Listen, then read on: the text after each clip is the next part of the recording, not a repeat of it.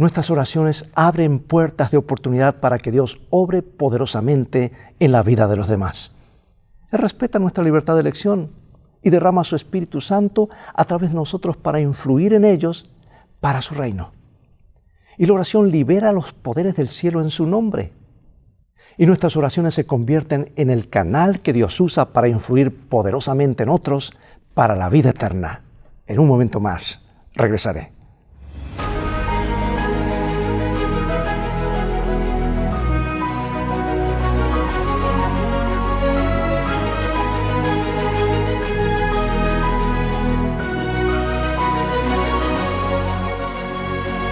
Comenzaremos con nuestro versículo central, Santiago 5:16. Confesaos vuestras ofensas unos a otros y orad unos por otros, para que seáis sanados. La oración eficaz del justo puede mucho. Los miembros de la Iglesia del Nuevo Testamento sentían su necesidad de orar. Y lo dice la palabra de Dios vez tras vez. Vamos a ver aquí en el libro de Hechos, en muchos lugares. En Hechos 4:31 nos dice: cuando hubieron orado, el lugar en que estaban congregados tembló y todos fueron llenos del Espíritu Santo y hablaron con denuedo la palabra de Dios. Mira cómo lo describe Elena de White en el libro de Hechos de los Apóstoles, página 30 y 31. Los discípulos no pedían una bendición simplemente para sí. Estaban abrumados por la preocupación de salvar almas. Comprendían que el Evangelio había de proclamarse al mundo y demandaban el poder que Cristo había prometido. Cuando buscamos a Dios e intercedemos por los demás, Dios obra en nuestros propios corazones para acercarnos a Él y nos da la sabiduría divina para alcanzarlos para su reino. Y Él también trabaja poderosamente en sus vidas, de manera que no podemos ver o a veces ni siquiera imaginar o siquiera entender completamente. Y Él actúa para traerlos hacia Él. Veamos ahora la importancia de la oración en el conflicto cósmico y cómo influyen estos pasajes en nuestra comprensión de la oración intercesora. Voy a leer algunos pasajes que están en Apocalipsis capítulo 12, versículos 7 al 9. Después hubo una gran batalla en el cielo. Miguel y sus ángeles luchaban contra el dragón, y luchaban el dragón y sus ángeles, pero no prevalecieron, ni se halló ya lugar para ellos en el cielo. Y fue lanzado fuera el gran dragón, la serpiente antigua, que se llama Diablo y Satanás, el cual engaña al mundo entero. Fue arrojado a la tierra, y sus ángeles fueron arrojados con él. Ahora Efesios capítulo 6, versículo 12, nos habla de esta batalla. Porque no tenemos lucha contra sangre y carne, sino contra principados, contra potestades, contra los gobernadores de las tinieblas de este siglo, contra huestes espirituales de maldad en las regiones celestes. O sea que la Biblia descubre el velo entre el mundo visible y el invisible. Hay un conflicto, amados, entre el bien y el mal, entre las fuerzas de justicia y las fuerzas de la oscuridad, entre Cristo y Satanás, entre Jesús y sus ángeles y Satanás y sus demonios. En este conflicto cósmico, Dios respeta la libertad humana. Él nunca va a manipular la voluntad ni va a coercionar la conciencia. Él envía su Espíritu Santo para convencer a hombres y mujeres de la verdad divina. Los ángeles celestiales entran en la batalla a fin de influir en las personas para la eternidad. Y Dios también organiza eventos providenciales en la vida de las personas para guiarlos hacia Él. Lo que Dios no hará es forzar la conciencia de alguien, porque la fuerza es contraria al reino de Dios. La coerción es ajena al principio del amor, que es la base de su gobierno. Aquí es donde la oración es tan significativa. Aunque Dios está haciendo todo lo posible para llegar a las personas antes de que oremos, resulta que son nuestras oraciones que desatan el poderoso, por decir así, valga la redundancia, poder de Dios.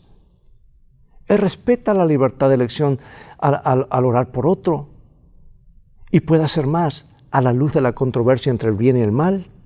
Cuando oramos, hacemos realmente lo que Dios espera que hagamos y Dios no podría hacer todo lo que Él puede hacer si no orásemos.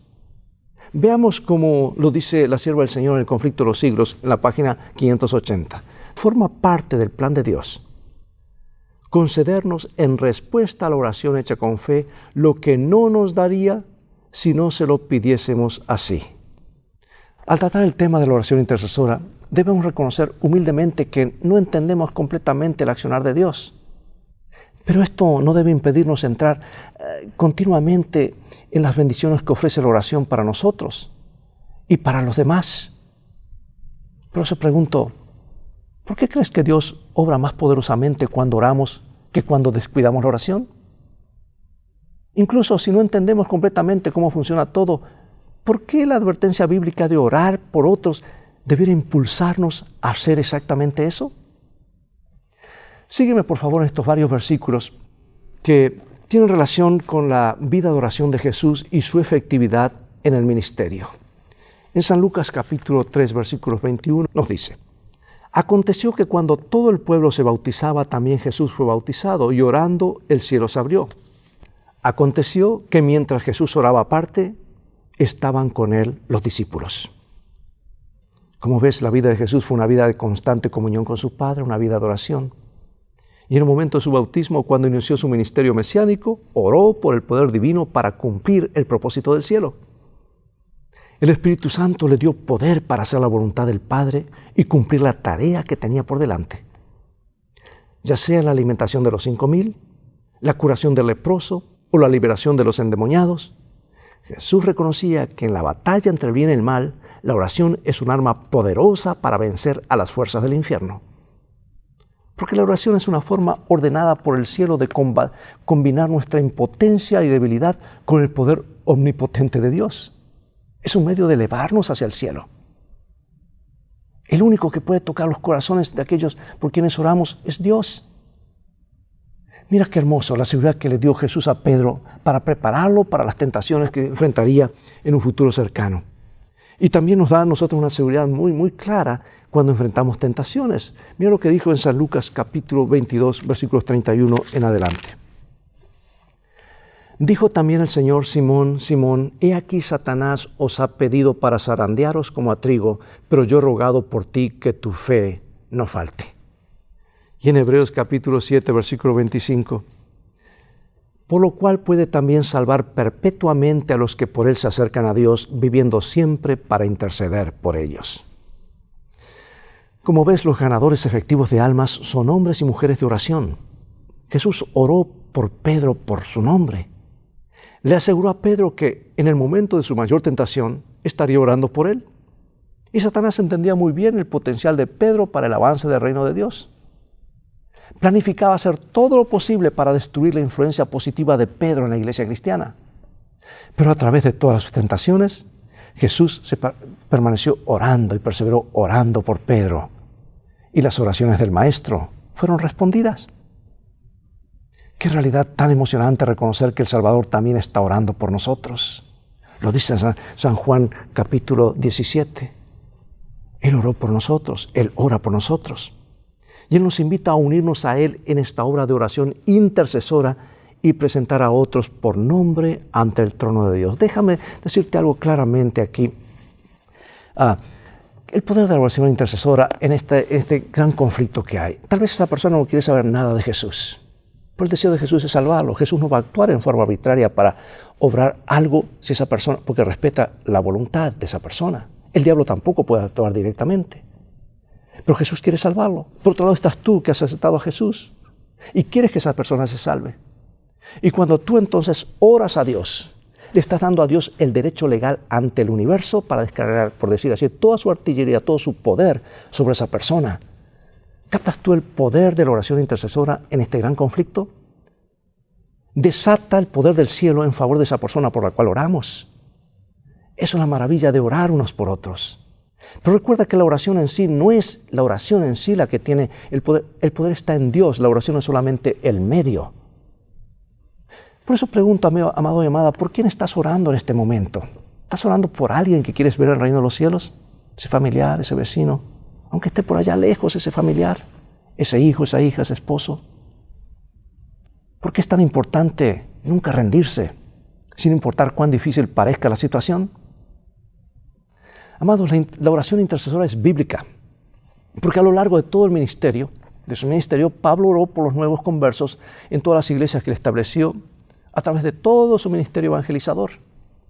Pablo creía que algo sucedía cuando oraba, que no sucedería si no oraba.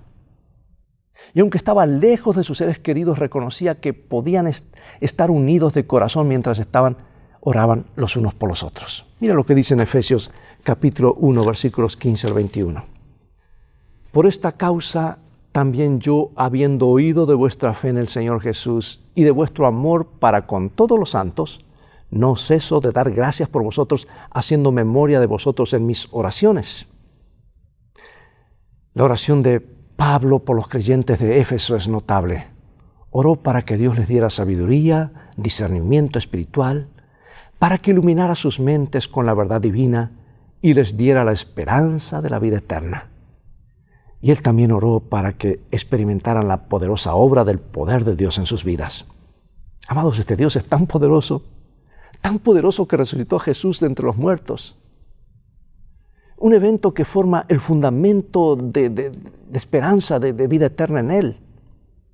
Porque en su oración allí él concluye recordándoles las riquezas de la gloria de su herencia. O sea que los cristianos de Éfeso deben haber estado llenos de aliento sabiendo que Pablo estaba orando por ellos y sabiendo por qué estaba orando. Qué lindo sería que tú y yo abramos una línea de oración, ¿verdad? Ahora en estos tiempos de pandemia, estos tiempos de tantos problemas, abrir tal vez un lugar, un sitio de internet, un lugar donde podamos orar unos por otros, o poner un buzón de oración allí frente a tu iglesia para que de alguna manera la gente deje su pedido de oración. Orar, interceder por aquellos que queremos ver en el reino de los cielos. Ahora observa el tono de oración de Pablo en Filipenses. Y esto lo escribió él desde una cárcel horripilante. Yo he estado dentro de esa cárcel. Es pequeñita, horrible, en esos tiempos era maloliente, con un pequeñito lugar allí donde aparecía la luz desde el cielo. Dice él en Filipenses 1, 3 al 11. Él dice, doy gracias a mi Dios siempre que me acuerdo de vosotros, siempre en todas mis oraciones rogando con gozo por todos vosotros, por vuestra comunión con el Evangelio, desde el primer día hasta ahora, estando persuadido de esto, que el que comenzó en vosotros la buena obra, la perfeccionará hasta el día de Jesucristo. Y esto pido en oración, que vuestro amor abunde aún más y más en ciencia y en todo conocimiento, para que aprobéis lo mejor, a fin de que seáis sinceros e irreprensibles para el día de Cristo, llenos de fruto de justicia, que son por medio de Jesucristo, para gloria y alabanza de Dios. Si fueras miembro de la iglesia de Filipos y recibieras una carta como esta de parte de Pablo, sabiendo que él estaba en la cárcel, compartiendo contigo no solo que él estaba orando por ti, sino también el contenido de su oración, ¿cómo te sentirías al recibir una carta así? ¿Qué podrías tú hacer en favor de otros, escribiéndole algo, diciendo, mira, estoy orando por ti, una llamada por teléfono, o estoy orando por ti? Estaba en cierta iglesia, en una oportunidad, y me pasó exactamente lo que el pastor Finley, porque no sé si lo habrán escuchado a él, pero esta hermana me dijo, pastor, estás cubierto. Y yo me dije, en una iglesia en inglés, ¿are you covered? Y yo creo que estoy cubierto. Y yo no entendía de qué se trataba. Digo, ¿de qué se trata, hermana? Gladys dice, estás cubierto por oración. Y digo, hermana, dime de qué se trata. Mire, pastor, yo sé que usted está haciendo visitas, usted va de aquí para allá, hablando con los jóvenes, diferentes personas, y queremos asegurarnos que usted está cubierto por oración. Así que solamente cuando haga una visita, llámeme, y en esos 5 minutos yo pongo a 15 o 20 personas que van a estar orando por usted. Yo digo, y en ese tiempo eran esos teléfonos, ¿verdad? De esos que había que ponerle moneditas y había que marcar. Yo digo, qué lindo que las personas están usando el teléfono, no para andar chismeando, sino para orar los unos por los otros. Así que llamé a hermana Gladys, voy a visitar. Pierda cuidado, pastor, en 5 minutos van a tener como 20 personas que van a estar orando por usted. Hermano, yo me sentía elevado al ver una congregación y miembros que estaban orando porque sabían que yo estaba dando un estudio bíblico o estaba visitando a una persona que estaba luchando. Orar unos por otros. ¿Te imaginas cómo se habrá sentido la iglesia de Filipos? Estas son algunas palabras más reconfortadoras y alentadoras de la Biblia, llenas de promesas, así como de llamado a ser llenos de amor, del conocimiento, el discernimiento que proviene de conocer a Jesús. Como dice Pablo, para que podamos ser todo lo que Dios quiere que seamos en Él. Amados, la oración pone en marcha poderes invisibles en acción. Y ese es un ministerio que no debería faltar en ninguna iglesia, el ministerio de oración. Tiempo para orar. Recuerda que la iglesia es casa de oración. Y ahora que estamos por Zoom, por internet o por como sea, dedica tiempo para orar, orar, orar y orar. Bombardea al cielo en oración. Porque la oración intercesora es un arma poderosa en esta batalla entre el bien y el mal que llamamos el gran conflicto. Aquí hay una revelación muy hermosa, muy clara de esta lucha y está en Daniel capítulo 10. Tú recordarás que el profeta Jeremías predijo que los judíos serían esclavos de los babilonios durante 70 años. Y al final de la vida de Daniel, este periodo profético de cautiverio judío estaba llegando a su fin. Y Daniel estaba preocupado. Veía poca evidencia del cumplimiento de las palabras de Jeremías. Su pueblo todavía estaba esclavizado. Babilonia fue vencida por los medos y los persas. Pero los judíos resulta que seguían esclavizados. Y Daniel ayunó y oró por 3 semanas, intercedió sinceramente por su pueblo. Y al final de las 3 semanas se le apareció un glorioso ser angelical. Y nota cuándo fueron escuchadas las oraciones de Daniel y qué las estorbó temporalmente. Vamos a leer Daniel 10, 10 al 14. Entonces me dijo: Daniel, no temas, porque desde el primer día que dispusiste tu corazón a entender y a humillarte en la presencia de tu Dios, fueron oídas tus palabras, y a causa de tus palabras yo he venido. Mas el príncipe del reino de Persia se me opuso durante 21 días. Pero he aquí Miguel, uno de los principales príncipes, vino para ayudarme y quedé allí con los reyes de Persia. Sabes, este es un pasaje fascinante. Y para entenderlo completamente, tenemos que identificar a algunos de los personajes. ¿Quién es el príncipe del reino de Persia? Es el rey del imperio persa.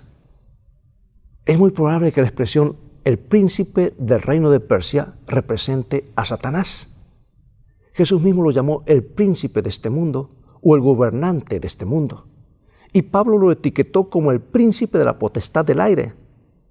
Si el príncipe de Persia representa a Satanás, ¿quién es entonces Miguel? El nombre Miguel se usa 5 veces en la Biblia. Y un estudio cuidadoso de estos pasajes revela que Miguel, que significa quien es como Dios, es otro término para describir a Jesús como el comandante de todos los ángeles en combate directo con Satanás. O sea, Cristo es el eterno, preexistente y todopoderoso Hijo divino de Dios, el príncipe de su pueblo. Y una de las funciones como comandante de todos los ángeles es derrotar y eventualmente destruir a Satanás. Y Daniel 10 descorre el telón y revela esta lucha entre el bien y el mal. Y mientras Daniel ora, Miguel, el Jesús Todopoderoso, desciende del cielo para vencer a las fuerzas del infierno. Aunque no lo veamos, Jesús también está trabajando para responder a nuestras oraciones de intercesión. Hoy, amigo y amiga, hay una lucha real. Tenemos que perseverar en oración, porque Él es un poderoso Salvador. Ninguna de nuestras oraciones pasa desapercibida. Por eso pregunto, ¿cómo ves la realidad del gran conflicto que se desarrolla en tu propia vida? ¿Qué debería decirte la realidad de esta batalla sobre el tipo de elecciones que necesitas hacer? A lo largo de toda la Biblia, amados, hay un énfasis en la especificidad de la oración, en ser específicos en la oración, por decir así. La oración no es un anhelo vago del alma. Presenta a Dios peticiones específicas. Jesús oró en forma específica por sus discípulos. El apóstol Pablo oró muy específicamente por los cristianos de Éfeso, Filipo, Colosas. Oró por sus jóvenes colegas Timoteo, Tito y Juan Marcos. Veamos estos 2 pasajes y qué nos dicen sobre la oración intercesora. 1 Samuel, capítulo 12, versículos 22 al 24. Así que lejos sea de mí que peque yo contra Jehová, cesando de rogar por vosotros. Antes os instruiré en el camino bueno y recto. Job capítulo 16, 21. Ojalá pudiese disputar el hombre con Dios como con su prójimo. Tanto Samuel como Job enfatizan aquí la necesidad de una intercesión ferviente, sincera y específica. Las palabras de Samuel son bastante fuertes. Él clama: lejos esté de mí que yo peque contra Jehová, cesando de rogar por vosotros. Casi podemos escuchar el eco de la oración de Samuel en las palabras de Job. Dice: ojalá pudiese disputar el hombre con Dios como con su prójimo. Es nuestra responsabilidad, amados, suplicar a Dios por los hombres y las mujeres que no conocen a Cristo. Es nuestro deber, nuestra responsabilidad, nuestro privilegio. ¿Y qué sucede cuando intercedemos por los demás? Mira en 1 San Juan capítulo 5, versículo 14 al 16. Y esta es la confianza que tenemos en Él, que si pedimos alguna cosa conforme a su voluntad, Él nos oye. Y si sabemos que Él nos oye en cualquier cosa que pidamos, sabemos que tenemos las peticiones que le hayamos hecho. Qué hermoso. Cuando oramos por los demás, nos convertimos en un canal de bendición de Dios para ellos. Él vierte el río de agua de vida desde su trono del cielo a través de nosotros hacia ellos. Y toda hueste de Satanás tiembla ante el sonido de una oración ferviente de intercesión. Ellen White describe esto de una forma hermosa, de una forma muy significativa en el libro Testimonio para la Iglesia, tomo 1, página 309. Satanás no puede soportar que se recurra a su poderoso rival porque teme y tiembla ante su fuerza y majestad. Al sonido de la oración ferviente, toda la hueste de Satanás tiembla. Nota qué relación tiene este pasaje con la oración intercesora y por qué este pasaje resulta un estímulo para orar con otros por la salvación de aquellos que no conocen al Señor. Nos dice claramente este versículo que recién leímos en 1 Juan, que si pedimos de acuerdo a su voluntad, Él nos oye. Y recuerda que la voluntad de Dios es que todos sean salvos, para que todo aquel que le cree. Por eso no pida: Señor, si es tu voluntad, salva. Reclama a esa persona para el reino de los cielos, porque es la voluntad de Dios que esa persona sea salva. Bueno, ¿te gustaría, pregunto, tener una vida de oración más vibrante? ¿Te gustaría convertirte en un poderoso intercesor, intercesora de Dios? Aquí hay algunos pasos prácticos que puedes seguir. Número 1. Aparta tiempo y lugar específicos para buscar a Dios para la salvación de los demás. Número 2. Pídele a Dios que te impresione con el nombre de aquella persona por quien debes orar. Número 3. Pasa tiempo pensando en aquellos dentro de tu esfera de influencia que necesitan tus oraciones. El Espíritu Santo te impresionará con quién está pasando por una lucha espiritual y por quién más se necesita orar por ese día. Número 4. Haz una lista para aquellos que estás impresionado para llevar hacia Dios. Ten esa lista de cerca de tu corazón. Ora 3 veces por día, reclamando a esas personas para el reino de los cielos. Llévala en tu bolsa, en tu cartera, cuando estés frente a un semáforo, si estás manejando, o haz una pausa, ora por esas personas. Número 5, sigue el método de Jesús y ora por ellos en voz alta por nombre. Y número 6, mientras buscas a Dios en oración, invita a otros a unirse contigo en tus momentos de intercesión. Jesús invitó a Pedro, Santiago y Juan a su círculo íntimo para momentos de oración sincera. Porque orar juntos con otros es un método poderoso para mantenerse enfocado en la oración. Mateo capítulo 18, Jesús fue muy claro en esto, 18 y 19. Otra vez os digo que si 2 de vosotros se pusieran de acuerdo en la tierra acerca de cualquier cosa que pidieren, les será hecho por mi Padre que está en los cielos.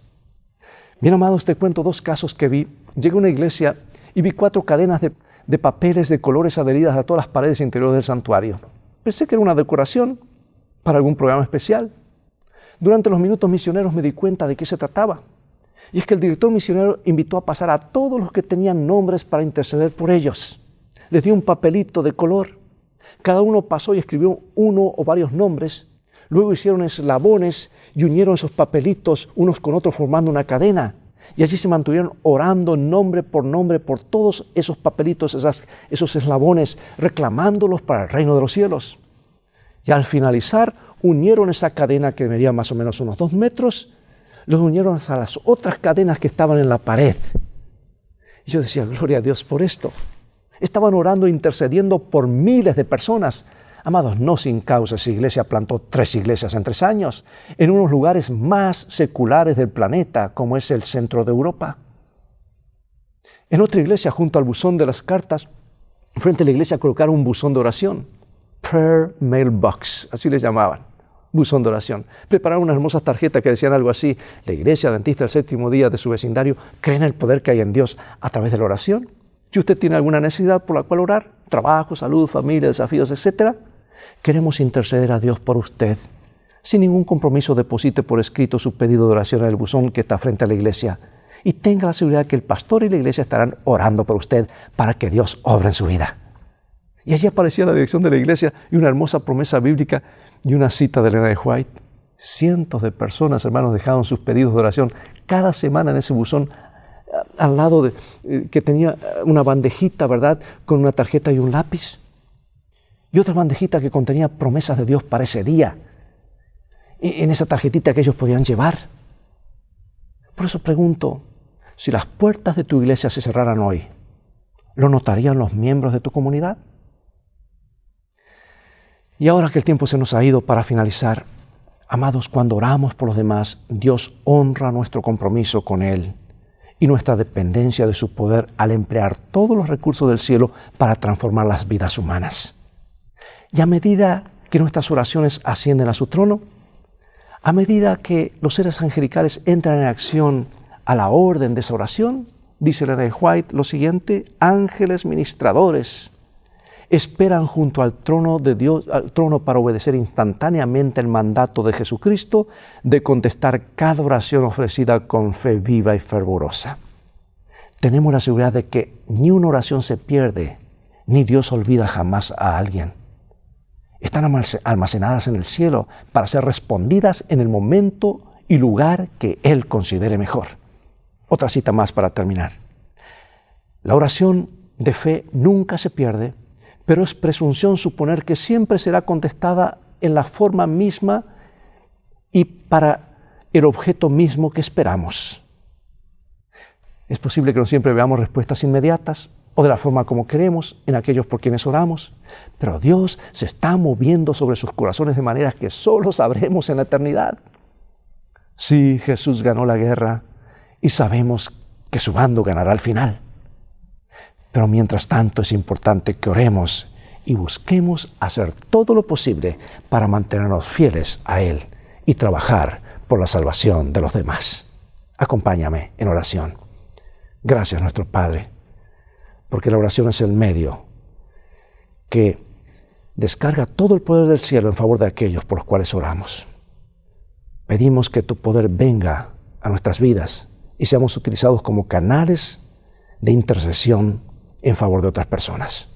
Bendícenos, úsanos como tus instrumentos y salva a esos seres queridos, esas personas que están en nuestro corazón, porque queremos verlas en el reino de los cielos. En el nombre de Jesús oramos. Amén. Amados, es todo el tiempo que tenemos por hoy. Ha llegado el momento nuevamente de despedirnos. Será hasta el próximo programa de la serie Lecciones de Vida. Invita a otros a sintonizar este canal. Transfórmate tú mismo en un canal de bendiciones. Mientras tanto, Dios te bendiga y te guarde, y recuerda, tú vales mucho para Jesús. Él te ama más de lo que puedes imaginar. Maranatá.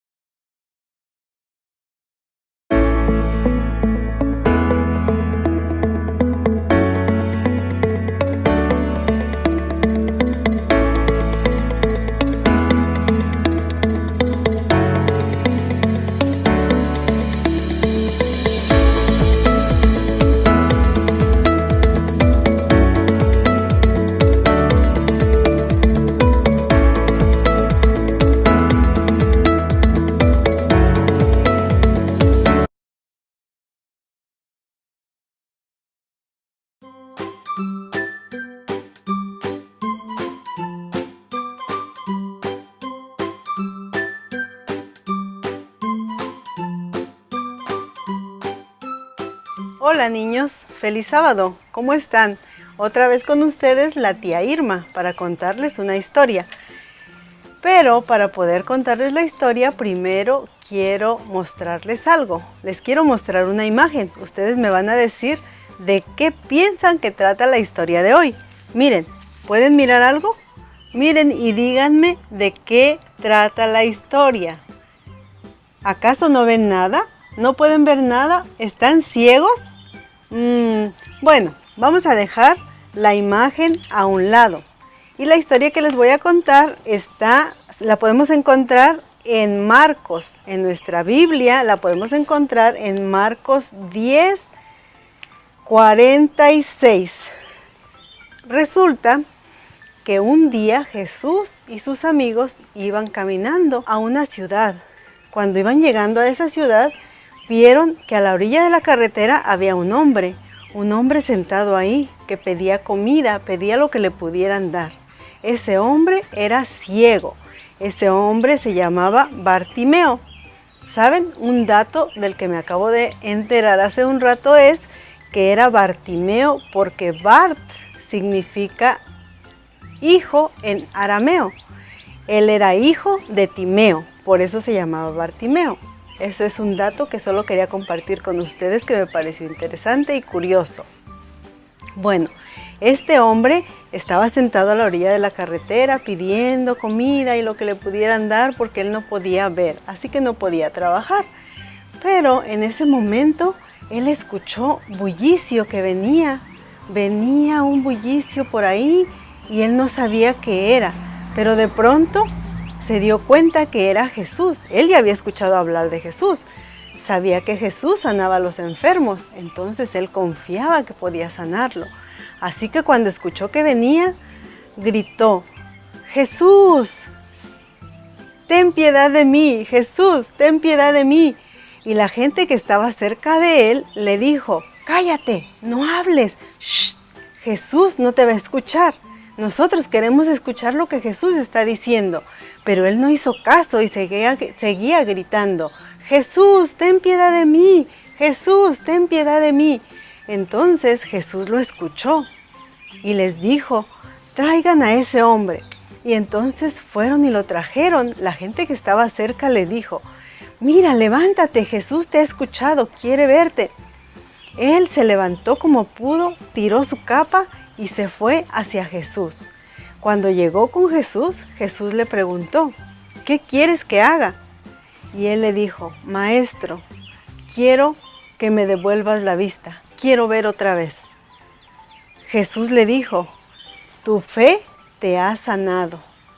Así que fueron abiertos sus ojos. Cuando él pudo ver a Jesús, él estaba muy feliz y entonces fue y abrazó a Jesús y le dio las gracias. Le dijo: gracias Jesús por haberme sanado. Cuando eso sucedió, ¿ustedes se imaginan la felicidad de Bartimeo? Ya no vamos a decir el ciego Bartimeo porque ya ahora ve. ¿Se imaginan que Bartimeo pudo ver a su alrededor, ver a la gente, ver a los animales, ver lo que había a su alrededor? Él estaba muy feliz por eso. Antes de iniciar la historia yo tenía esta imagen, yo hice este dibujo y aquí lo tenía. Después yo les mostré que ya no tenía esa imagen. Cuando les mostré la hoja ustedes no podían ver nada. Bueno, ahora ustedes me van a ayudar a volver a ver la imagen que yo tenía en esa hoja. Vamos a ver si lo podemos hacer.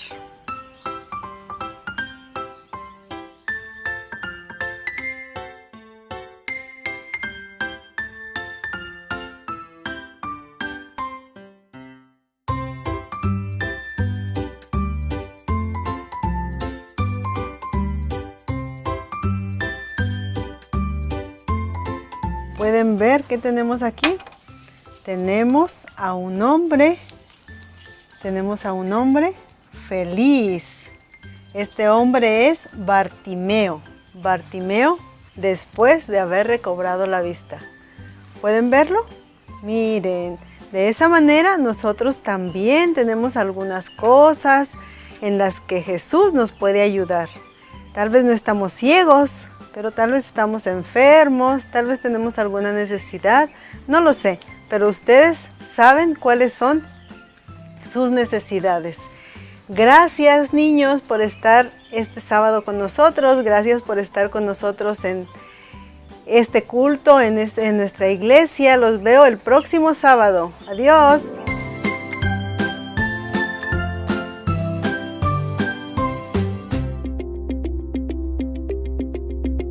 ¿Usted ya intentó hacer una prueba después de haber pasado la noche despierto mirando televisión? ¿Intentó aprovechar un buen momento en familia mientras sentía un dolor de cabeza terrible?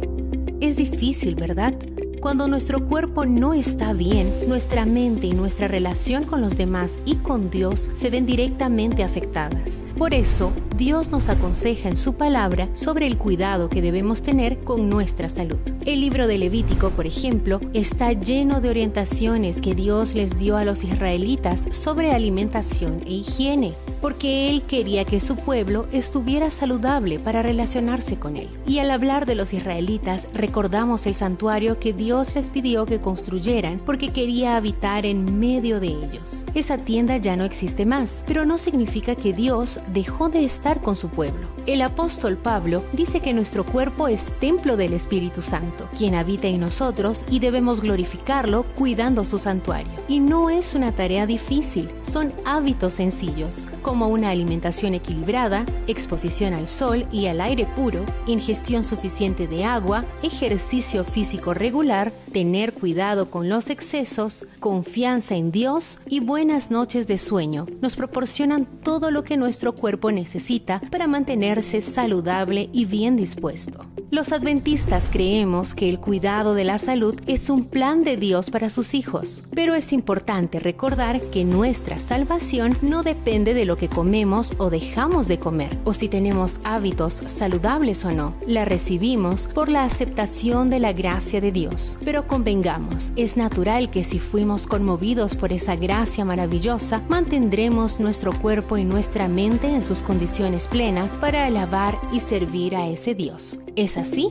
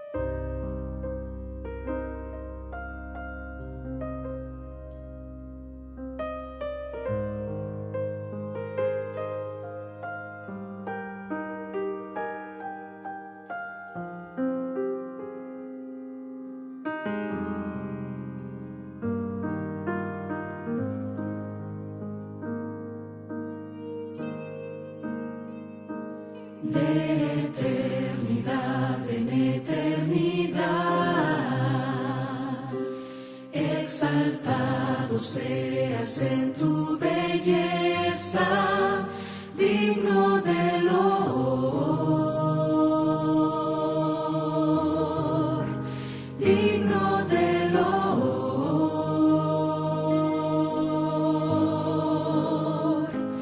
de eternidad en eternidad, exaltado seas en tu belleza, digno de loor.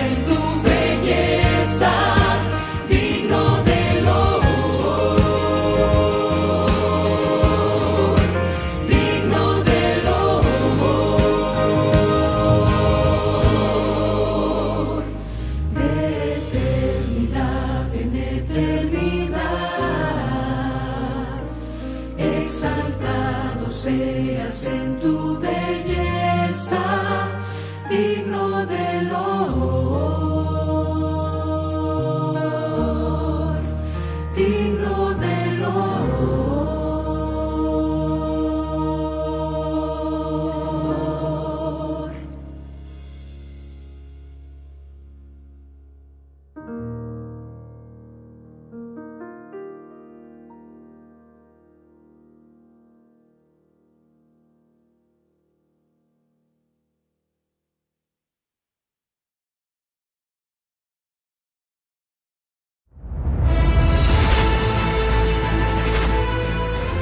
Probad y ved. Historia de hoy. Sopa de amor.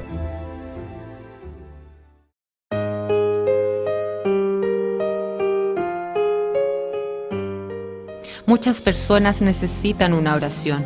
Unas necesitan alimento, otras necesitan un remedio o necesitan un hombro amigo.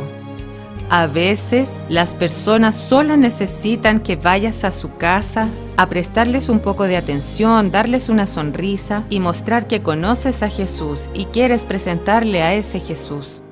Soy adventista desde hace muchos años y siempre traté de ayudar a las personas. Siempre trabajé como empleada y en esa época sufrí una depresión. Y a partir de la depresión fueron llegando más enfermedades: diabetes, presión alta, problemas a la columna, tiroides.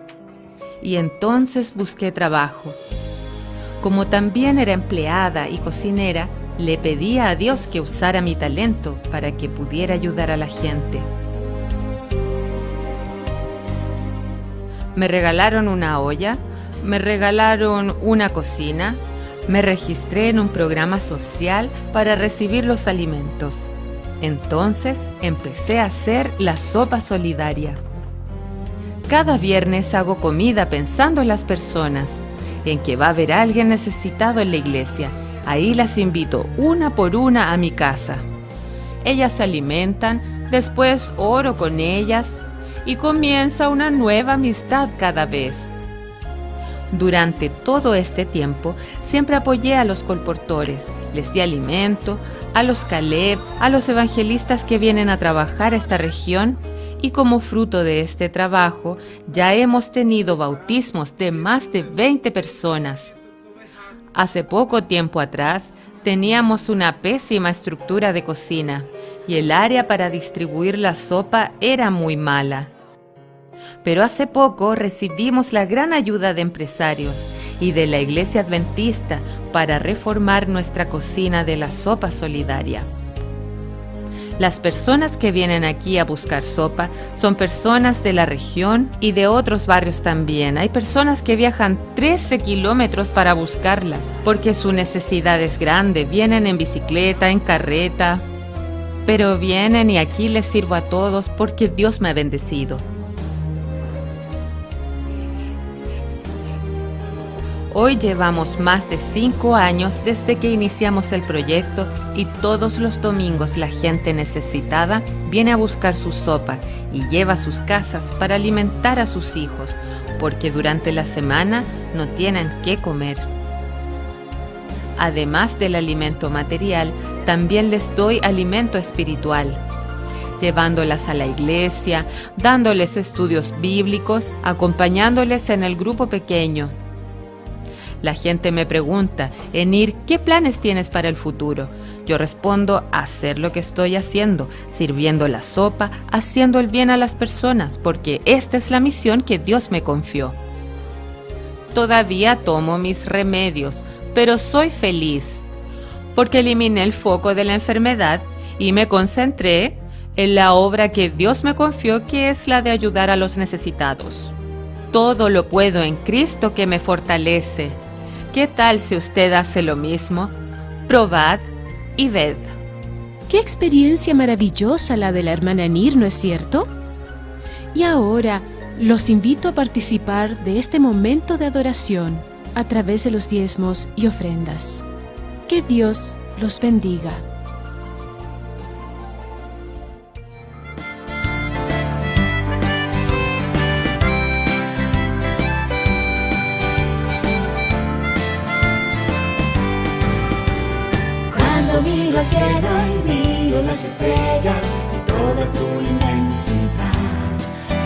eso, todo lo que haste por mí. En mis manos confiaste todo por amor. Me regalaste vida, dones y riquezas y tiempo para disfrutar. Entonces todo lo que tengo es tuyo, Señor.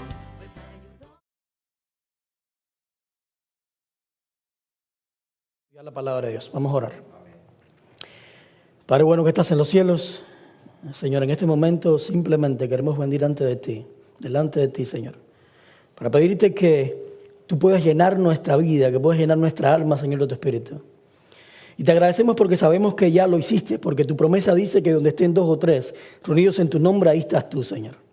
Así que de antemano te damos las gracias porque sabemos con seguridad que tú estás en medio nuestro. Quiero pedirte que no sean mis palabras las que salgan de mi boca, Señor, sino las tuyas. Y que tú puedas llenarnos y llevarnos un entendimiento mayor de ti, de tu carácter y de quién tú eres, Dios. Todo te lo agradecemos y te lo pedimos en el nombre de Jesús. Amén. Bien, esta mañana vamos a estar hablando acerca del cristianismo al revés. Ya habíamos tenido una predicación acerca del cristianismo al revés. Esta es la segunda parte. ¿Qué quiere decir cristianismo al revés?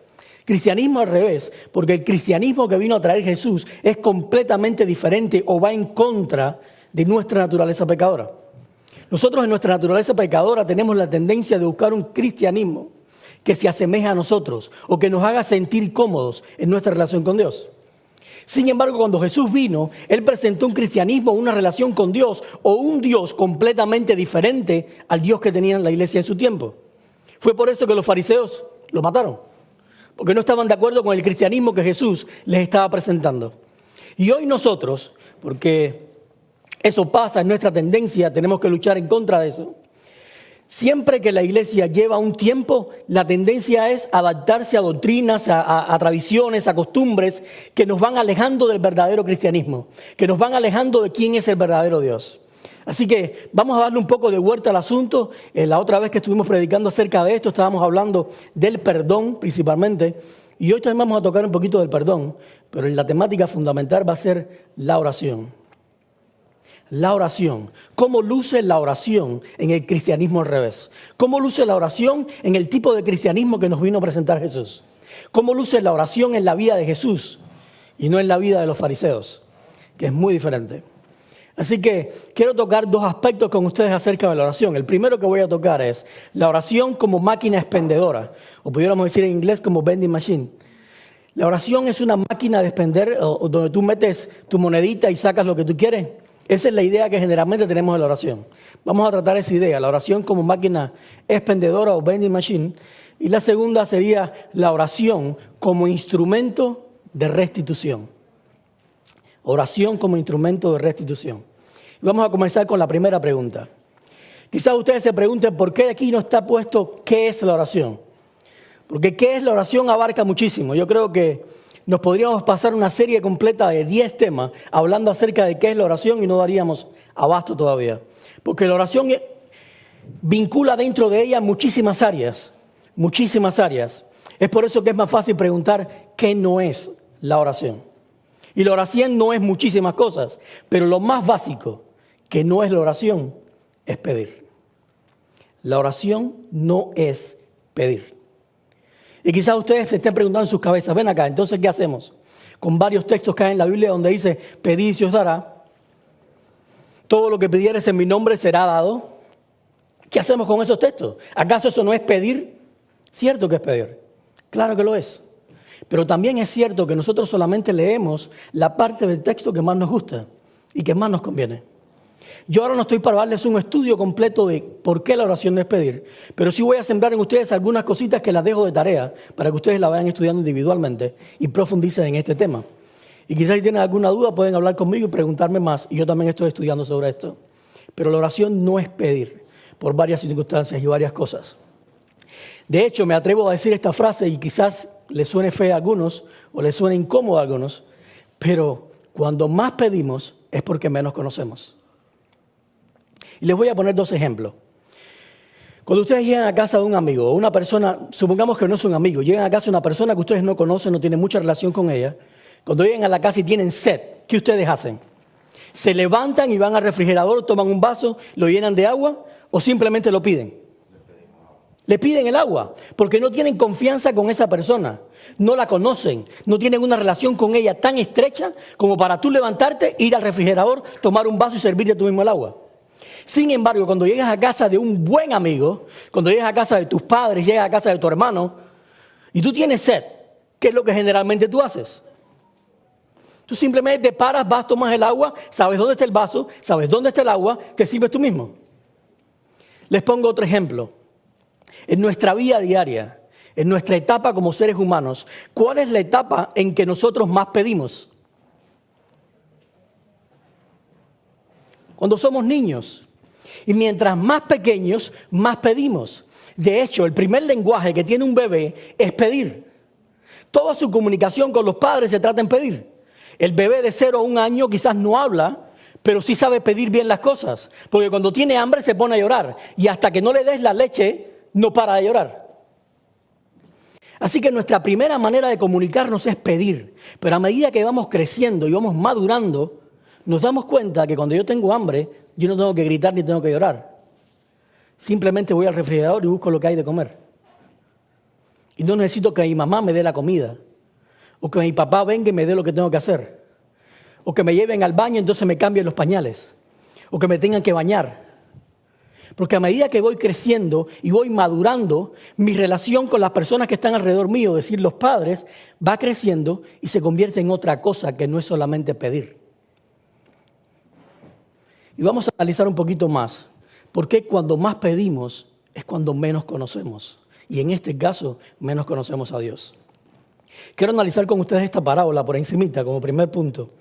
¿Se acuerdan la parábola que está en Lucas 15, del 11 al 32? Es la parábola del hijo pródigo. Quizás hay alguna persona que nos está escuchando que no conoce esta parábola. Te invito a que la leas más adelante para que tengas todos los detalles. Pero te voy a dar un resumen bien breve de qué cosa es la parábola. Era un padre que tenía 2 hijos.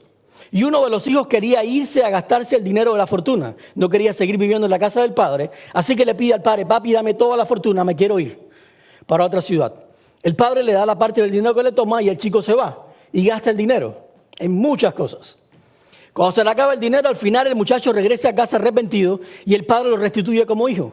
Y cuando está en esa restitución del hijo menor, que tienen una fiesta formada en la casa, el hijo mayor está regresando del campo y cuando está cerca de la casa ve que toda la casa está alumbrada, hay música a todo volumen y hay una fiesta tremenda en la casa. Y el hijo se pregunta: ven acá, ¿por qué es esta fiesta? ¿Nadie cumple años? ¿Qué es lo que está pasando acá? Así que manda a llamar a uno de los sirvientes y le pregunta: ¿qué es lo que pasa? ¿Por qué hay fiesta en mi casa? Y entonces el sirviente le explica que es que su hermano menor está llegando y el padre sale porque él no quiere entrar. Y entonces el hijo, esto es lo que le reclama al padre. Pero él, muy enojado, le dijo: he trabajado para ti desde hace muchos años y nunca te he desobedecido. Pero a mí, ¿qué cosa? A mí jamás me has dado. Ese era el problema del hijo mayor. Todo el enojo que tenía el hijo mayor es que él creía que a su hijo menor, que se había ido, que había hecho lo que le daba la gana, que le había dicho al padre que se muriera, le estaban dando de todo y a él no le habían dado nada. Sin embargo, mira la respuesta que le da el padre. Le dice: pero hijo, tú siempre estás conmigo. ¿Y qué dice? Todo lo que tengo es tuyo. Todo lo que tengo es tuyo. Piensen en esta frase un momentito. Nosotros sabemos que cuando Jesús dijo esta parábola, se estaba refiriendo a que el Padre, ¿quién era el Padre en la parábola? ¿Quién era el Padre? Dios. Dios es el Padre. Él es nuestro Padre Celestial. ¿Quiénes eran los hijos? Nosotros. Nosotros somos los 2 hijos. A veces en diferentes etapas de nuestra vida, pero nosotros representamos esos 2 hijos. Y si el padre en la parábola le está diciendo a uno de los hijos: todo lo que tengo es tuyo, ¿no será que nuestro Padre Celestial también nos dice exactamente lo mismo? Todo lo que tengo es tuyo. De hecho, si nosotros vamos a la oración, la única oración de Jesús que está registrada en los evangelios, que está en Juan 17, nos encontramos que Jesús le dice exactamente lo mismo a Dios, a su Padre. Padre, todo lo que yo tengo es tuyo y todo lo que tú tienes es mío. Porque Jesús entendía muy bien este concepto. Ahora yo les pregunto: ¿quién pide lo que es suyo? ¿Quién pide lo que ya tenemos? ¿Quién pide lo que te pertenece? Lo que ya te ha sido dado, lo que es tuyo. Imagínense ustedes que van a un banco. Ustedes tienen en su cuenta de banco $1,000. Necesitan $100 porque tienen una deuda de vida o muerte que tienen que pagar. Y ustedes llegan al casiller del banco, donde está la casilla, y está la persona, y ustedes le dicen, mira, tengo un problema, tengo una deuda grande que pagar. Mira, en esa cuenta yo sé que hay dinero, pero ¿será que por favor, si es tu voluntad, me pudieras dar $100? Y yo no quiero sonar sarcástico, ni quiero que piense que me estoy burlando de nadie, pero sí quiero que meditemos en lo importante que es esto. Porque si ya todo nos fue dado, yo no pido lo que es mío, yo tomo lo que es mío. Yo no voy al banco a pedir si es la voluntad del cajero a que me dé el dinero que me pertenece. Yo simplemente le doy mi tarjeta de banco y le digo, tengo $100, necesito que me los des, por favor. Yo me adueño de lo que es mío. Yo ejerzo autoridad sobre lo que es mío. Yo no lo pido. Sigue diciendo acá, este texto de segunda de Pedro me llama muchísimo la atención porque es bien interesante. Dice, su divino poder, hablando de Dios, nos ha concedido ¿qué cosa? Nos ha concedido una parte de las cosas, un 90%, un 99% de las cosas. Dice, todas las cosas que pertenecen a la vida y la piedad. Esta palabra piedad, algunas versiones la traducen como devoción, como la devoción, la parte espiritual. O sea, Dios nos ha dado todas las cosas que pertenecen a la vida física y a la vida espiritual, por medio del conocimiento de aquel que nos llamó por su propia gloria y excelencia. Y me gusta mucho como lo pone esta versión, nueva traducción actual, algo así es. Dice, Dios utilizó su poder para darnos todo lo que necesitamos para que vivamos como Él quiere. Dios nos dio todo eso cuando nos hizo conocer a Jesucristo. Por medio de Él nos eligió para que seamos parte de su reino maravilloso. Y sigue diciendo, además, nos ha dado todas las cosas, una vez más, importantes y valiosas que ¿qué cosa? Que nos prometió. ¿Saben qué? Ustedes pueden ir a la palabra de Dios, buscar cada una de las promesas que está aquí en su palabra, cada una revisarlas, leerlas y saber de que ya son tuyas. Muchas veces nosotros decimos tenemos que reclamarle a Dios las promesas. Tú no reclamas algo que ya se te fue dado, porque aquí dice que todas las cosas importantes y valiosas que nos prometió ya fueron dadas. Todas las promesas que tiene Dios en su palabra, absolutamente todas, que se hicieron realidad en tu vida. El problema no es de reclamar promesas, el problema es de creer de que ya se cumplió, de creer de que ya son mías. La vida del cristiano es por fe y absolutamente todo tiene que ser por fe. Y ese es el gran problema nuestro. El gran problema nuestro es que no nos damos cuenta de que ya todo nos ha sido dado. Y todavía pedimos, es como si ahora Richard, yo le digo, Richard, mira, le pongo un billete de $100 en el bolsillo a Richard. Y Richard viene donde estoy yo y me dice, Alex, yo veo el billete que le está saliendo acá. Y Alex me dice, ¿me puedes dar $100? ¿Será tu voluntad que me des $100, Alex? Y yo solamente miro a Richard y le digo, pero si ya lo tienes en el bolsillo, te lo he dado. Estás caminando con el billete de $100, asomándose así por el bolsillo y no lo acabas de tomar.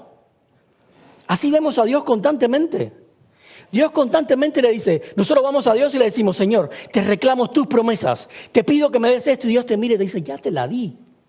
Solamente tómala, acéptalo, créelo por fe, de que ya yo te la di, es tuya. Vívela, disfrútala. Dice acá Efesios 2:10, porque somos hechura suya, creados en Cristo Jesús para hacer buenas obras. Y cuando vemos la palabra hacer buenas obras, inmediatamente decimos, candela, aquí tengo que hacer obras. Aquí la fe no me sirve para nada y voy a Santiago y dice Santiago de que la fe sin obra es muerta, por lo tanto tengo que empezar a portarme bien y hacer cosas buenas para entonces yo tenga que cumplir el objetivo con el cual Dios me creó.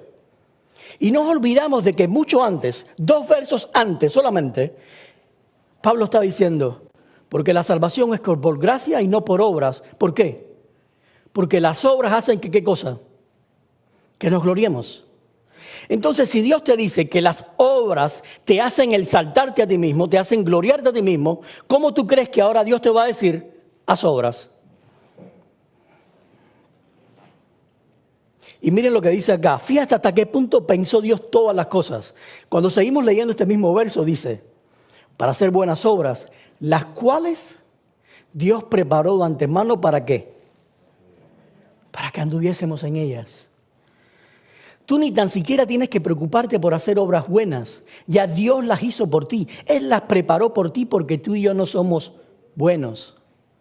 Tú y yo somos malos.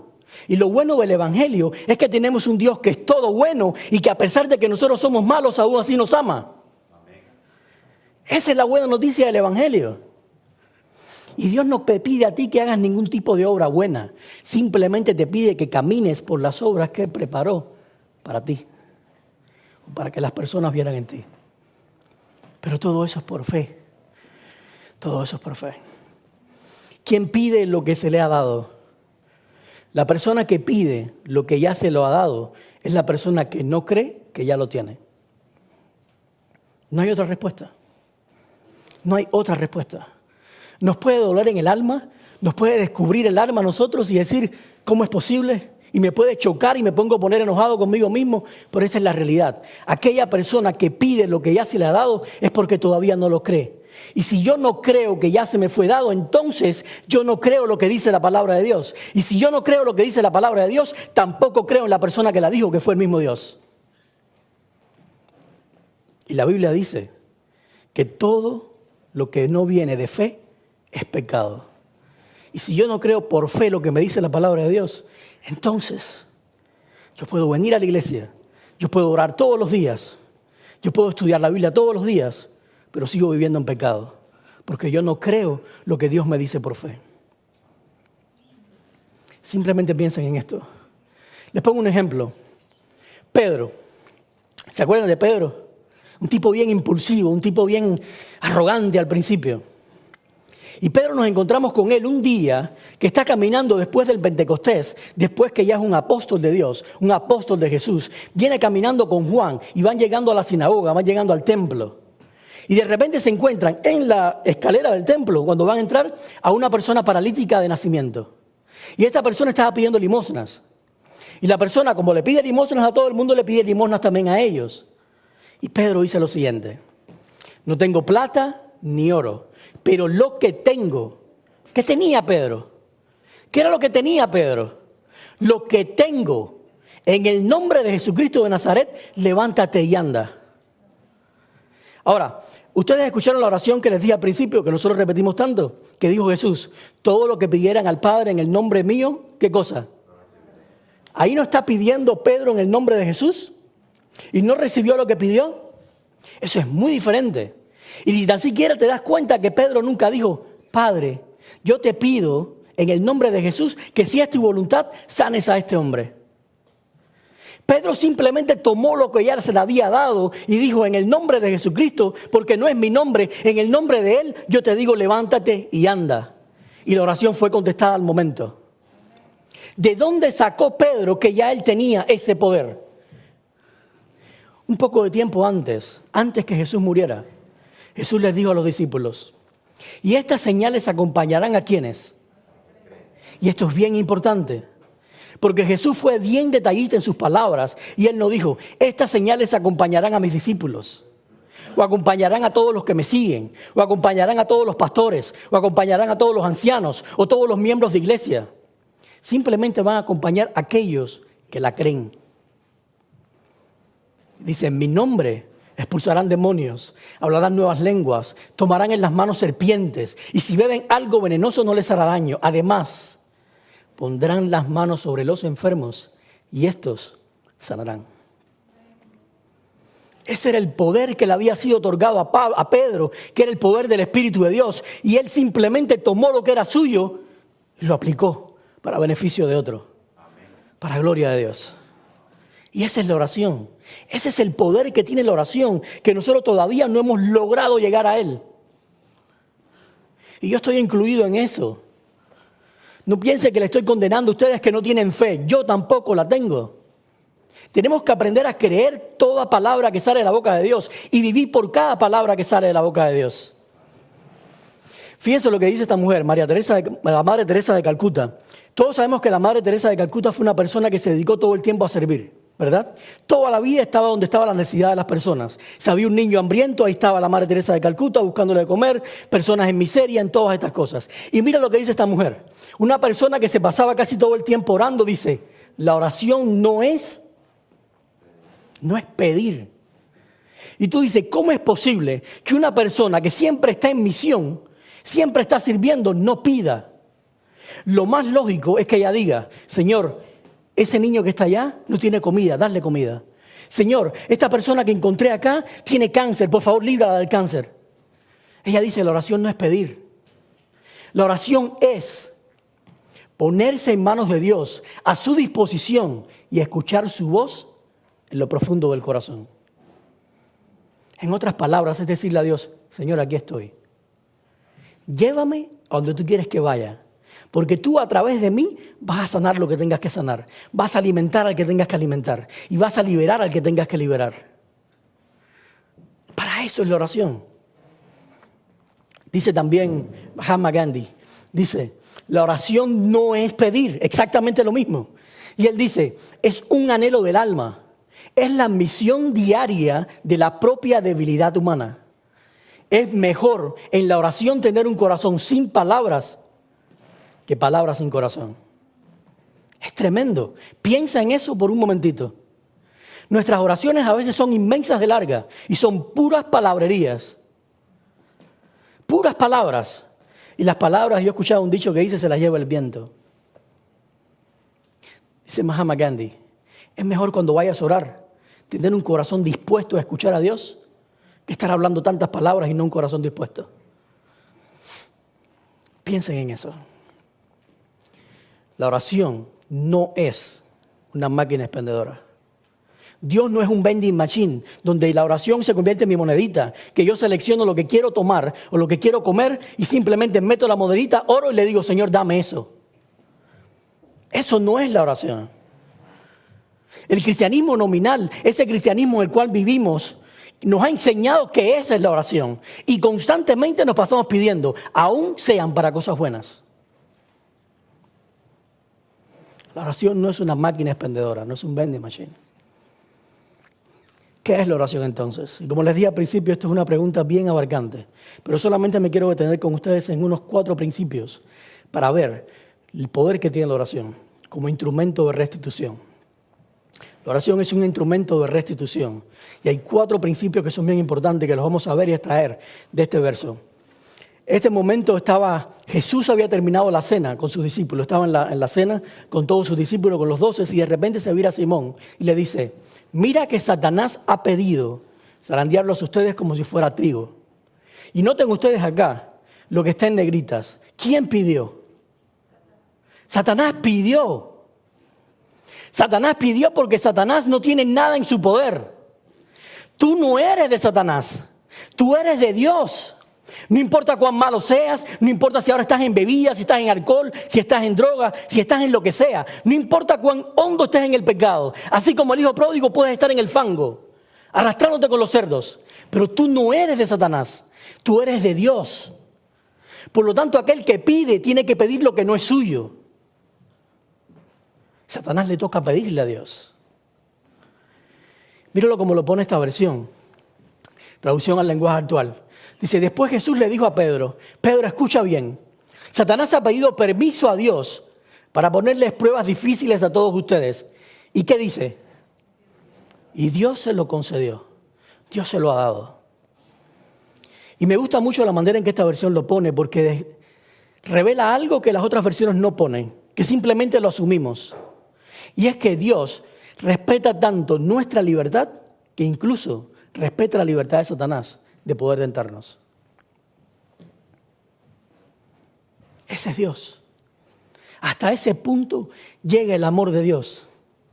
El amor de Dios es tan grande que te ama tanto a ti como ama a aquel que es el más cruel que te quiera hacer daño. Dios no puede tener una excelencia de hijos, de decir yo voy a amar más a este porque está conmigo y voy a amar menos a aquel porque no está conmigo. Dios los ama a los dos igual y respeta la misma libertad de cada uno. Y su amor se manifiesta igual, porque el amor se manifiesta en libertad y no en control.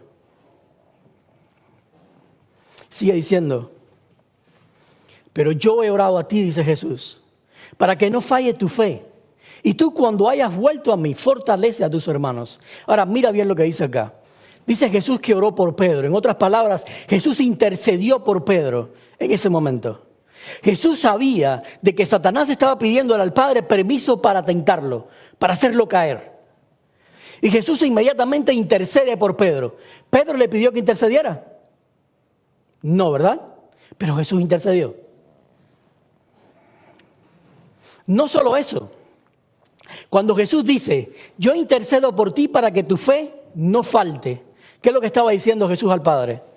Imagínense ustedes que Pedro es esta vasija de agua y la fe es el agua, por supuesto. Imaginemos que el agua está por aquí debajo y para que yo pueda pecar o pueda negar a Dios o pueda caer, esa fe mía tiene que ser redireccionada de puesta en Dios a puesta en otra cosa. Y cuando Jesús le estaba diciendo al Padre que la fe de Pedro no falte, estaba diciendo, como Él va a soltar su fe en ti, yo pongo la mía para que mi fe no falte en Él. Porque cuando mi fe está puesta en Él, entonces Él va a regresar a ti. Ahora, dense en cuenta que nada de esto había pasado y ya Jesús toma la oración como contestada. Porque Jesús le dice, si acaso regresas, entonces fortalece a sus hermanos. No, le dice, cuando vuelvas. Jesús sabía que iba a volver. Jesús sabía que la intercesión que estaba haciendo por Pedro iba a ser contestada y que su fe iba a ser suficiente para tapar la falta de fe de Pedro. Y por eso le dice, cuando regreses, entonces fortalece a tus hermanos. Muéstrale a ellos lo que puede hacer la oración de intercesión, así como lo estoy haciendo contigo. En este punto es un punto de convergencia donde hay 4 voluntades.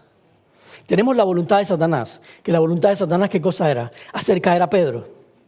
Tenemos la voluntad de Jesús. La voluntad de Jesús era que Pedro no cayera. Tenemos la voluntad de Pedro, que la voluntad de Pedro era no caer, pero por sus propias fuerzas. Porque inmediatamente cuando Jesús le dice eso, le dice, no, Señor, te equivocaste. Yo estoy dispuesto a dar mi vida por ti. Yo por ti hago lo que tenga que hacer. La voluntad de Pedro era no caer, pero por sus propias fuerzas. Y tenemos en cuarto lugar la voluntad del Padre, que aunque no se menciona acá en esta lista de personajes, sabemos que está incluido porque Jesús oró al Padre. Y la voluntad del Padre es, será y siempre ha sido amar a sus criaturas. Y respetar la libertad de las personas que estaban involucradas. Tanto la libertad de Jesús para interceder, como la libertad de Pedro de renegarlo o de negarlo, como la libertad de Satanás de pedirlo. Porque sabía que si Pedro lo estaba negando, se estaba poniendo en su camino. La voluntad del Padre siempre es amar. Y es en este punto de convergencia donde la oración se convierte en el mejor instrumento de restitución. Vamos a ver 4 principios. El primer principio es dominio o autoridad. El segundo es el principio de cerco o de muralla. El tercero es cuarto o habitación. Y el cuarto principio es el principio de acceso o brecha. Y vayan conmigo, vamos a ir rapidito acá. El primer principio, dominio y autoridad. Nosotros vemos en la creación, inmediatamente después que el hombre es creado, incluso antes de crear al hombre, dice Dios, hagamos al ser humano nuestra imagen y semejanza. Que tenga ¿qué? Dominio. Y ahí inmediatamente empieza a decir sobre qué va a tener dominio el hombre. Y es que parte de ser a la imagen de Dios y a la semejanza de Dios es tener dominio, es ejercer autoridad. Pero no dominio para controlar o para hacer daño, sino dominio para delegar, para restituir y para cuidar. Y lo vamos a ver en el siguiente verso. Aquí ustedes ven en Salmo 115, 16, dice, los cielos le pertenecen ¿a quién? Al Señor. Pero la humanidad le ha dado ¿qué? A la humanidad se le ha dado la tierra. Dios es el dueño de todas las cosas. Dios es el creador de todo el universo. Sin embargo, Dios delega a la humanidad la tierra. Y ese es exactamente el mismo poder que Dios nos da a nosotros como autoridad. Dios nos da la autoridad para nosotros delegar y no controlar a las personas. Porque cuando nosotros nos sentimos en autoridad, inmediatamente queremos controlar a todo el que está a nuestro lado. Pero Dios nunca te puso a controlar a las personas, sino a delegar en ellas amor, libertad. Dice, el hombre posee autoridad delegada por Dios para resolver cosas en la tierra. Y piensa bien en este principio, que se te grabe en tu mente bien. El hombre posee autoridad delegada por Dios. ¿Para qué? Para resolver cosas en la tierra. La tierra es de la humanidad. De la humanidad. Vamos a ver más adelante qué significa esto. Principio número 2, que es el cerco o muralla. En Job nosotros podemos ver específicamente este principio del cerco. Cuando dice que Satanás le pidió acceso a Dios a Job, dice, respondió Satanás a Job, a Jehová, ¿acaso teme Job a Dios de balde? ¿No le has qué cosa? Rodeado de tu protección. ¿Y qué cosa es rodear? Es crear un cerco sobre él. Es rodearlo a él, que él está en el centro, donde está él cubierto, protegido completamente. Pero dense cuenta hasta dónde abarca el cerco que tiene Dios en nosotros. Dice, lo has protegido a él, a su casa, o sea, a su familia y a todo lo que tiene. Hasta esa magnitud llega el cerco o la protección de Dios. Ahora mira lo que dice acá. Zacarías 2:5 dice, pero el Señor afirma, yo seré como ¿qué? Como una muralla de ¿qué? De fuego. Como una muralla de fuego alrededor de Jerusalén. Jerusalén era la propiedad de Dios. Ahí estaba el pueblo de Dios. Era su pertenencia, era su dominio. ¿Y Dios qué hace? Se pone alrededor de Jerusalén. Dios mismo dice, yo seré. Esa protección, ese cerco que está sobre cada uno de nosotros, es Dios mismo. Ahora, ¿por qué una muralla de fuego? Porque la Biblia dice que Dios es fuego, ¿qué? Fuego consumidor. No puede ser una muralla de otra cosa. No puede ser una muralla de flores. Tiene que ser una muralla de fuego, porque Dios es fuego. Dios es fuego consumidor. La muralla es de lo mismo que es Dios. Ahora, ¿qué significa que Dios sea fuego consumidor? Dice Cantares, el amor destella como el fuego con las llamas más intensas. Las muchas aguas no pueden apagar el amor, ni los ríos pueden apagarlo. Ese fuego de Dios, cuando la Biblia dice, describe a Dios como un fuego consumidor, está diciendo Dios es amor. Y su amor es tan intenso que no importa las cosas que tú hagas, nadie lo puede apagar. Su amor por ti no se apaga. En otras palabras, imagínate ahora, tú en el centro y tú vives abrazado por el fuego consumidor. Cada uno de nosotros vivimos abrazados por el fuego. O lo pudiéramos decir que es lo mismo. Cada uno de nosotros vive en medio del fuego. Y ese fuego no es más que la protección del amor de Dios. Dice acá este texto que todos conocemos, el ángel de Jehová acampa ¿dónde? Alrededor. Ahora, yo no tengo tiempo para explicarles a ustedes bíblicamente todo esto. Pero cada uno de nosotros tiene un ángel que nos ministra constantemente, que nos sirve y nos protege. Está para nuestra protección.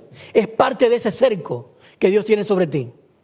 Ahora imagínense ustedes, si tú eres uno solo y tienes un ángel alrededor tuyo, ¿cuántos en tu familia, cuántos ángeles hay? Cercando a tu familia y todos los que están ahí. Imagínate entonces ahora en este momento cuando vemos a estas personas que estamos acá. ¿Cuántos ángeles hay en este momento cercando y protegiendo? Con una muralla de fuego. ¿Se acuerdan la historia de Eliseo y Giezi, su sirviente? Que venía aquel pueblo a destruir, iba a atacar a Eliseo para matar a Eliseo. Y de repente Giezi ve que viene todo ese ejército hacia él y se le aflojan los pies. Y le dice, Eliseo, vienen a buscarnos. ¿Qué pasó aquí ahora? ¿Qué hacemos? Y Eliseo le dice, tranquilo Giezi, no te preocupes. Y mira la oración que dice. Eliseo se oró y dice, Señor, ábrale a Giezi los ojos para que vea. Y el Señor así lo hizo. Y el criado vio a la colina que estaba llena de caballos y de carros ¿de qué? De fuego, alrededor de Eliseo. Giezi se dio cuenta de que la protección de Dios estaba en un cerco alrededor de todos ellos. Esto nos da lugar al tercer principio, que es el principio de cuarto de habitación. Dice acá, si se enojan, no pequen. No se permitan que el enojo les dure hasta la puesta de sol, ni den ¿qué cosa? Cabida. Otras versiones dicen lugar. Y cuando se refiere al lugar, se refiere a una habitación. No dejes que alguien habite dentro de ti, y ese alguien es el diablo. Eso quiere decir que cuando nosotros pecamos, le estamos dando un cuartito al diablo en nuestra casa. Cada uno de nosotros somos moradas de Dios, ¿sí o no? Eso es lo que enseña la Biblia. Si yo soy una morada de Dios, cuando yo peco, inmediatamente lo que hago es, le abro la puerta del garaje al diablo y le digo, entra y quédate ahí.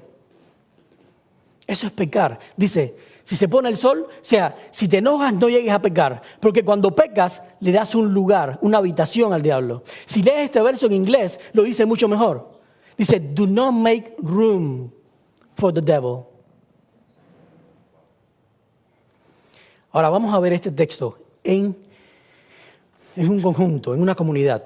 Miren lo que dice Pablo acá. Vayan conmigo. Si alguno ha causado tristeza, no me la han causado solo a mí, hasta cierto punto. Y lo digo para no exagerar. Se la ha causado a todos ustedes. Para él es suficiente el castigo que le impuso la mayoría. ¿Qué está diciendo Pablo? Había una comunidad de cristianos en Corintios y uno de ellos afectó a uno. Y dice, cuando ustedes afectan a uno, dice, si alguno me ha causado tristeza, no me la ha causado solo a mí, sino se la ha causado a todos ustedes. Pero dice, para él es suficiente el castigo que le impuso la mayoría. ¿Cómo entendemos eso? O sea, la persona que ofendió, la persona que hizo algo malo, recibe más castigo que la persona a la cual se le hizo la falta. Eso está diciendo Pablo acá. ¿Por qué? Porque en una congregación, cuando alguien hace algo malo, inmediatamente, ¿qué es lo que pasa con toda la comunidad de creyentes? Todos comienzan a señalar con el dedo a esa persona. Y todos inmediatamente se ponen a mirar a esa persona y a objetar las decisiones que tomó. Y si es peor que yo o si yo soy mejor que él. Inmediatamente esa persona es castigada por todas las cosas que nosotros estamos pensando de él. Fíjense la manera en que Pablo ve esto. Y Pablo dice, más bien, en vez de señalarlos todos con el dedo, en vez de criticarlo, en vez de mirarlo y reclamar la falta que hizo, debieran perdonarlo. Y no solo perdonarlo, consolarlo, para que no sea consumido por su excesiva tristeza. Piensen en eso. Y dice, por eso les ruego que reafirmen su amor hacia Él. ¿Qué cosa es reafirmar el amor hacia una persona que ha cometido un error? Perdonarlo y consolarlo. Esa es la manera en que yo reafirmo el amor de Dios hacia una persona, perdonando, y no solo perdonando, sino consolando. Y miren lo que dice Pablo acá. A quien ustedes perdonen, yo también, ¿qué cosa? Yo también perdono. De hecho, si había algo que perdonar, lo he perdonado por consideración a ustedes. Aunque ustedes no lo perdonaran, ya yo lo perdoné, dice Pablo, en la presencia de Cristo, para que Satanás no se aproveche de nosotros. Eso quiere decir que cuando un hermano nuestro, un familiar nuestro de nuestra congregación comete un error y nosotros lo que hacemos es señalarlo con el dedo y acusarlo, Satanás se está aprovechando de nosotros. Nosotros estamos abriendo un lugar al diablo en nuestra iglesia, en medio nuestro.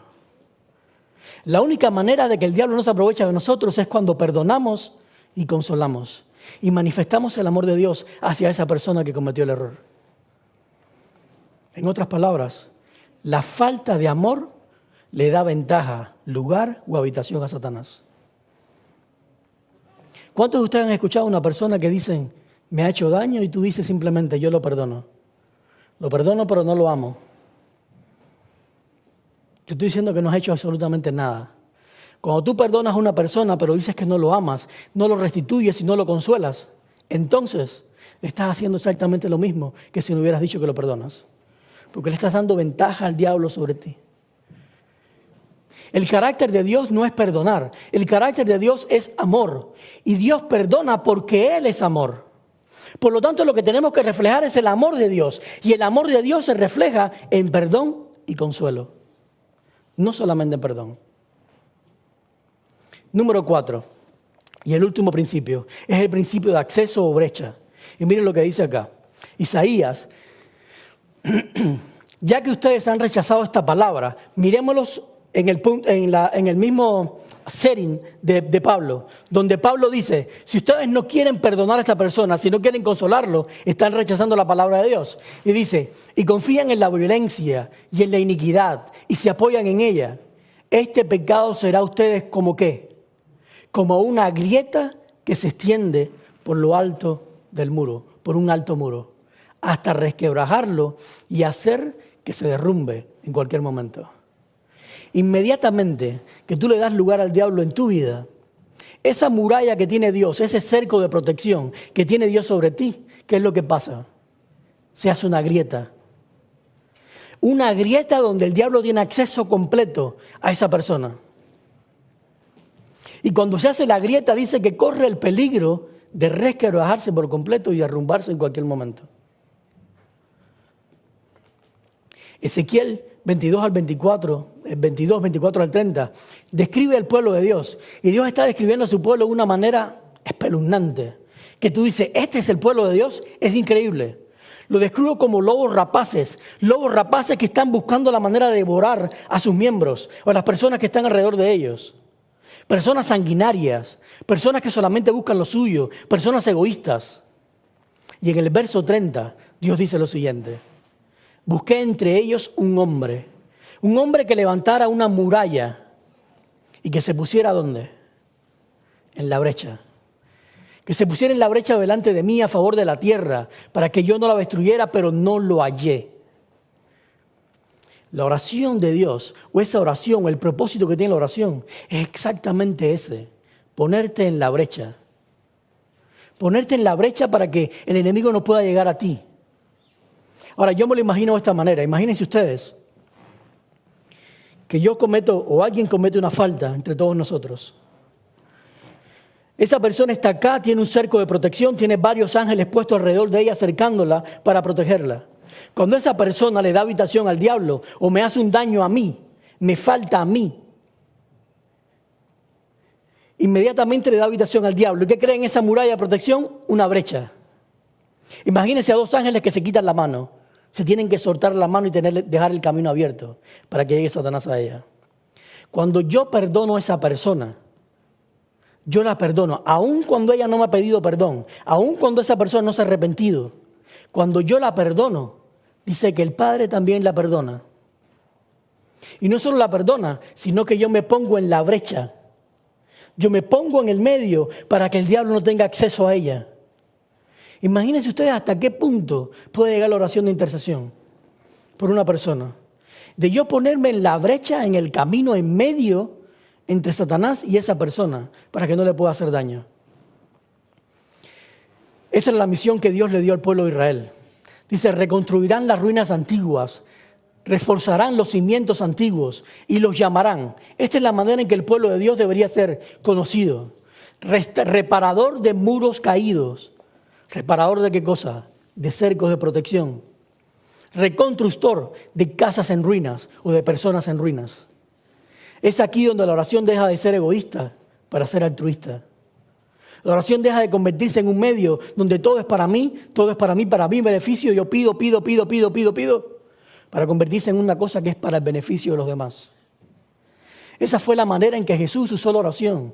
Esa fue la manera en que los apóstoles usaron la oración. No para beneficio de ellos, sino para beneficio de los otros. Les aseguro que todo lo que ustedes desaten en la tierra quedará atado ¿dónde? En el cielo. Y todo lo que desaten en la tierra quedará desatado en el cielo. Ahora hace más sentido este verso, porque Dios dice, todo lo que ustedes perdonen en la tierra, a quien ustedes perdonen en la tierra, yo también lo perdono en el cielo. Todas las ataduras que ustedes quiten a una persona en la tierra, yo también se las quito en el cielo. Cada vez que nosotros le guardamos una ofensa a una persona, es como que le estamos poniendo una cadena encima a alguien. Y esa cadena es provecho para Satanás. Pero cuando tú perdonas a esa persona, aún cuando ella no se ha arrepentido contigo, aún cuando ella no te ha pedido perdón, es como que inmediatamente esa cadena es quitada. Y Satanás tiene una cadena menos sobre esa persona. Imagínense ustedes cómo la oración puede salvar almas. Cuando una persona está llena de cadenas sobre él, esa persona está en el piso constantemente. Le cuesta más trabajo ver a Dios. Pero cuando yo en mi oración comienzo a perdonar todas las personas que me hacen daño, inmediatamente yo comienzo a darle libertad. Y en la libertad está Dios y se manifiesta Dios. Y le estoy abriendo el camino a esa persona para que pueda ver a Dios, sin ni tan siquiera predicarle alguna vez de que Dios existe. Simplemente con darle mi perdón. Conclusión. Cuando vemos este texto con el que comenzamos al principio, aquí simplemente nos damos cuenta de que Satanás, de que Dios se puso en la brecha. Jesús se puso en la brecha para que el diablo no pudiera llegar a Pedro. Y esto simplemente era un principio de lo que Jesús iba a hacer más adelante en la cruz, al ponerse en la brecha para que Satanás no pudiera alcanzarnos a todos nosotros. Pero no solo eso, sino que en ese momento cuando lo estaban crucificando, Jesús miró a sus verdugos y le dijo: Padre, perdónalos, porque no saben lo que hacen.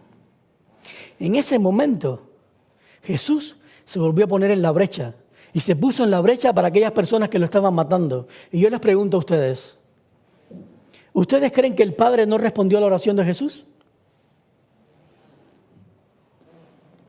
¿Perdonó el Padre a las personas que estaban matando a Jesús, sí o no?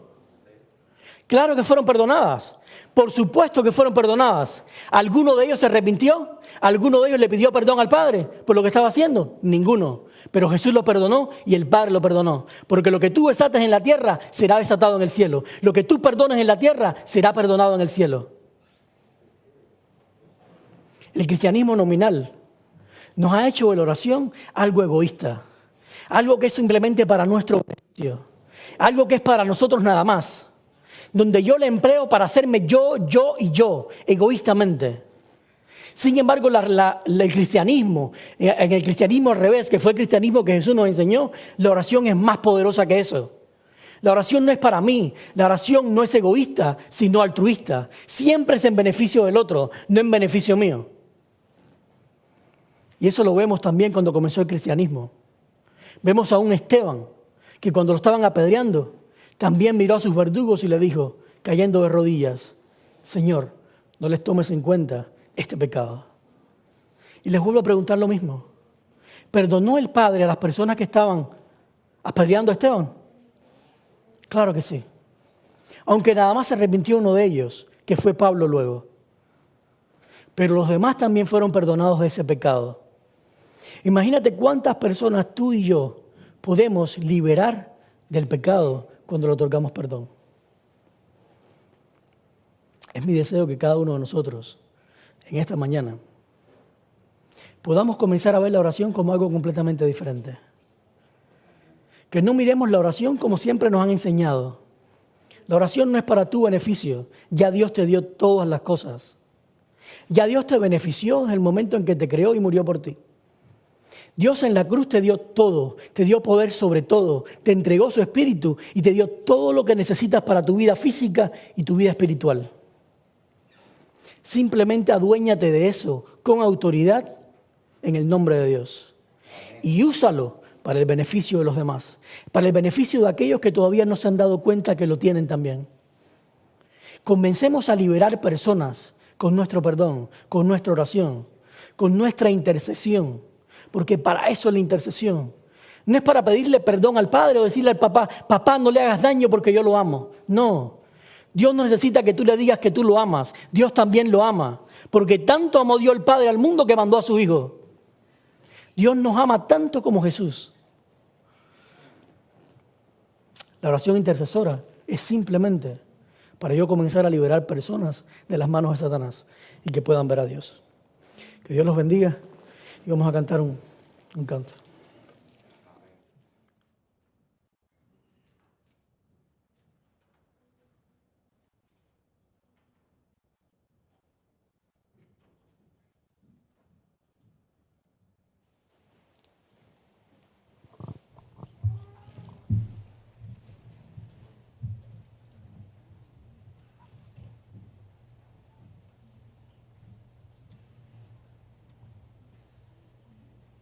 Invitamos a los que puedan que se pongan de pie, por favor, para cantar este himno titulado Dulce Oración.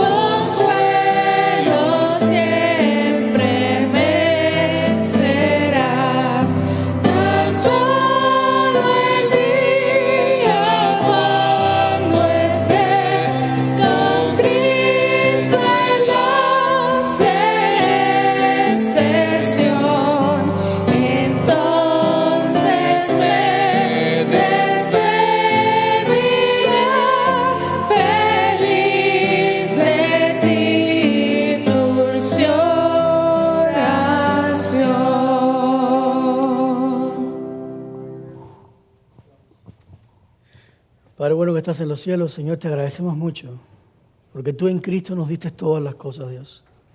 Gracias porque no hay necesidad de pedir, y cuando sabemos que tenemos un Dios tan amoroso, que de antemano preparó todas las cosas para que sirvieran para nuestro bien, Dios. Gracias porque solamente tenemos que creer, Dios. Y si algo tenemos que pedirte es simplemente que nos ayudes a nuestra incredulidad. Ayúdanos a creer, Dios, a creer en tu palabra, a creer que todo lo que tú dices es verdad, como tú mismo decías que tu palabra es verdad y que tú eres la verdad, Dios.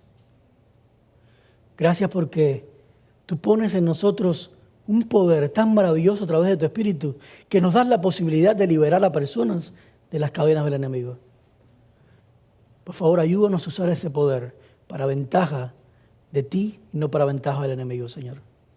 Ayúdanos a liberar constantemente a las personas que están a nuestro alrededor, a liberar a las personas que nos hacen daño, a perdonar como tú nos perdonas constantemente, a no mirar lo que hicieron, sino simplemente mirar que son personas que tú amas tanto como nos amas a nosotros. Ayúdanos no solo a perdonar, sino también a restaurar, a consolar, a redimir, como tú lo haces, Dios. Que podamos ser instrumentos de restitución en tus manos a través de la oración intercesora. Que constantemente, al igual que Jesús, aprendamos a ponernos en la brecha para que el enemigo no pueda llegar a las personas. Todo te lo pedimos y te lo agradecemos en el nombre de Jesús. Amén.